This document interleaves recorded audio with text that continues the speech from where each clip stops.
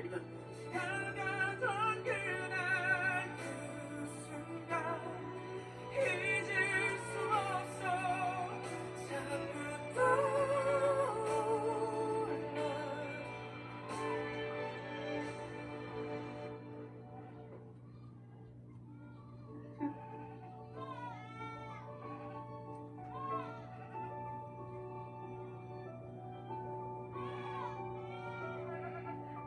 Sobrang gusto mo ba?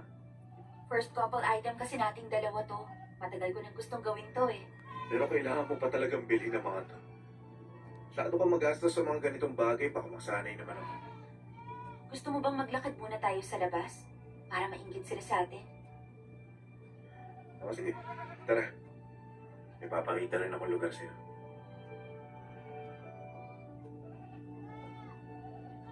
Anong unit to? Sino nakatira dito? Para sa inyo to. Ano? Umalis na kayo sa bahay namin. Nag-aalala ako sa pwedeng gawin ni Dan. Lumipat na kayo ng mama mo dito bukas. Alam ba ng daddy mo tungkol dito?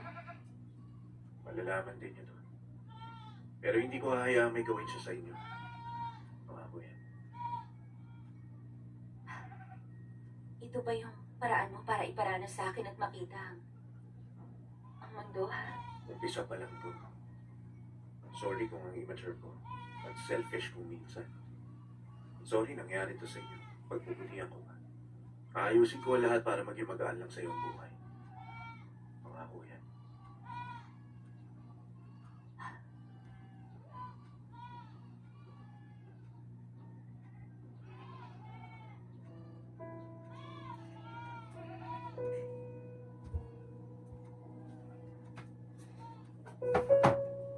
Kailan mo gusto lumipat?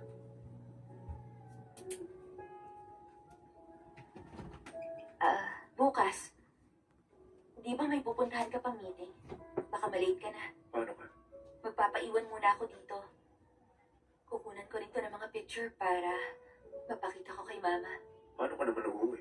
Nakalimutan mo na ba? Nakarating ako sa Amerika mag-isa. Huwag mo akong alalahanin. Okay. Aalis na ako.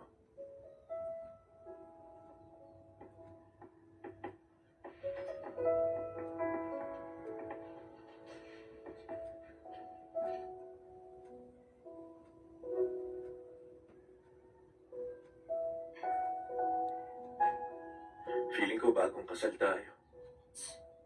Kung bagong kasal tayo, dapat ganito. Teka. Hindi pwedeng basta mo na lang gawin yan, ha? Ikaw talaga. Nagpapaalam ka ba pag ginagawa mo yun? Alis na muna ako. Kita tayo mamaya. Babay na muna. Kita tayo sa bahay mamaya.